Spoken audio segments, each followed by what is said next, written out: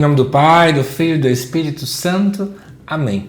Amados irmãos e irmãs, é com muita alegria que nós estamos aqui para juntos estudar e meditar o Evangelho que a Igreja nos apresenta para este domingo, que é o quarto domingo da Quaresma do ano A.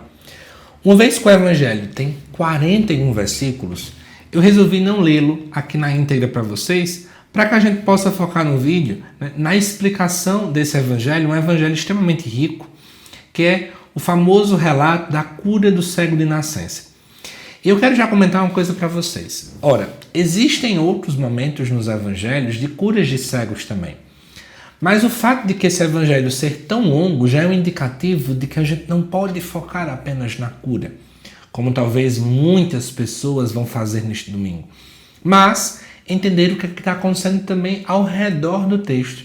Então eu trouxe aqui alguns pontos para que a gente possa analisar e ver essa grande catequese que o texto acaba nos apresentando. A primeira coisa é você entender o contexto do capítulo.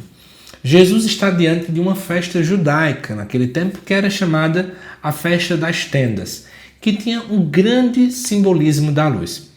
Jesus já havia dito no capítulo anterior que ele era a luz do mundo, e aqui meio que ele vai provar isso, concretamente, dando luz àquele cego que não conseguia enxergar.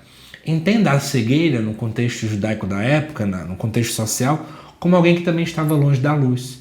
Porque é a luz que nos permite, então, enxergar e distinguir aquilo que está aparecendo na nossa frente. E aí é interessante que, num primeiro momento do Evangelho, os discípulos, não são os outros, mas é o próprio discípulo que vai perguntar: quem é que pecou? Ele ou seus pais? Nós estamos aqui diante de uma teologia naquele tempo, que é a teologia da retribuição, que entende que a própria forma de Deus agir é uma retribuição por coisas que eu tenho feito. Então, se por um lado, eu quando faço algo bom, Deus vai me agraciar, então automaticamente eles compreendiam. Se eu recebo algo ruim, é culpa minha, é porque eu fiz alguma coisa ruim. Então, por exemplo, a cegueira seria culpa do pecado.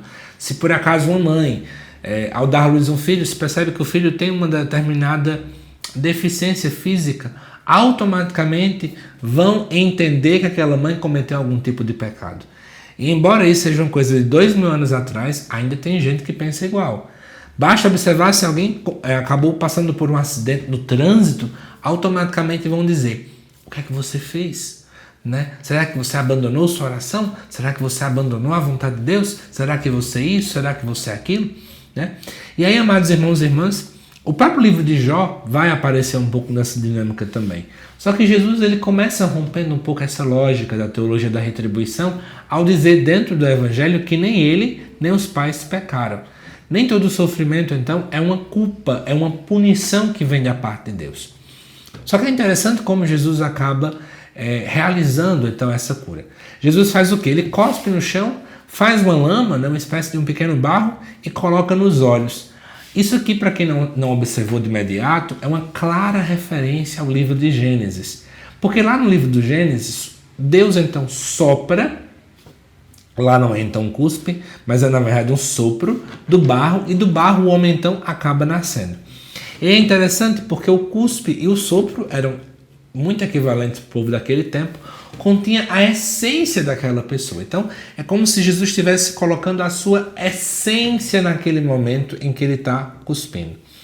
E aqui de novo, o fato de aparecer o barro, então remete a essa nova criação. Jesus que vem agora, digamos assim, inaugurar uma nova criação na humanidade.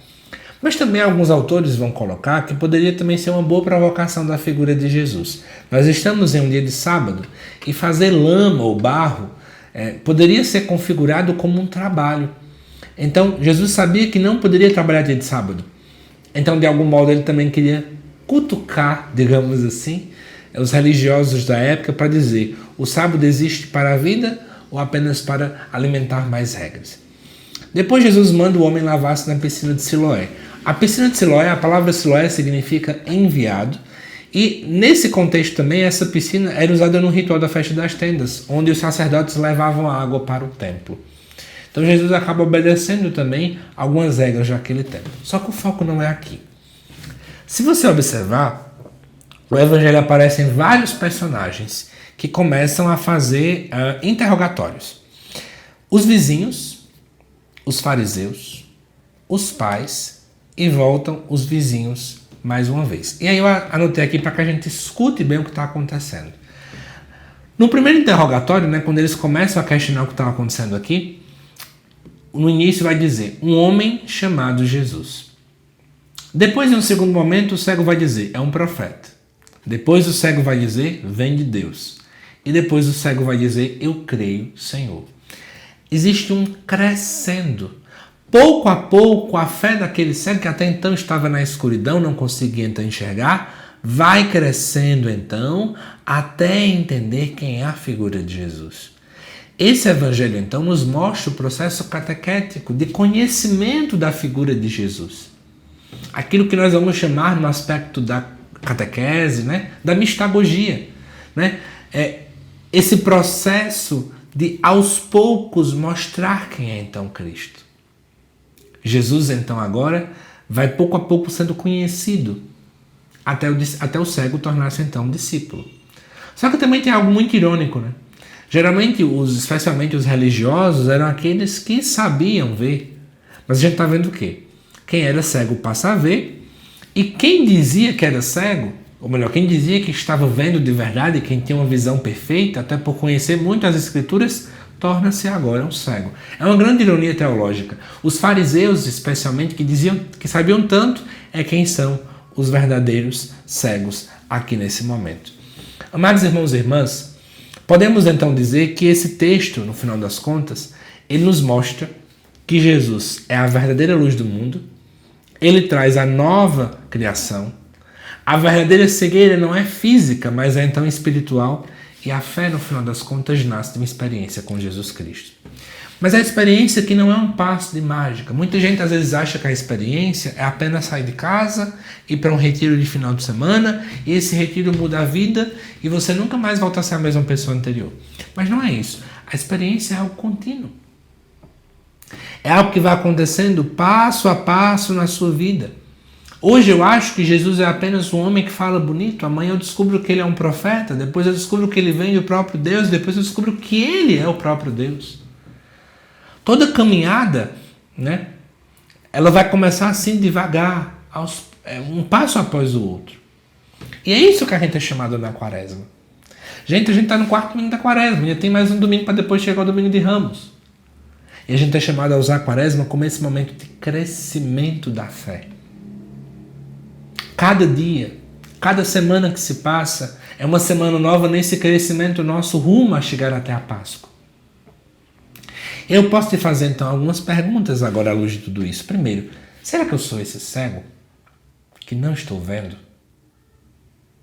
Que até mesmo eu posso me questionar onde é que eu errei, qual o pecado que eu cometi para estar passando por essa situação? Muitos de nós estamos sim a perguntar isso diante de Deus. Em um segundo lugar, será que eu estou como os fariseus? Acho que sei tudo porque já tenho muita experiência, porque eu já tenho muita caminhada, porque eu já tenho isso, porque eu já tenho aquilo. Mas no final das contas eu sou o verdadeiro cego. Será que, amados irmãos e irmãs, eu estou cada vez mais me distanciando do próprio Senhor? Como é que está a minha caminhada de fé rumo a ser discípulo do nosso Senhor Jesus Cristo? Será que de fato eu estou trilhando um caminho coerente de crescimento da fé? Ou a minha fé ela ficou estagnada?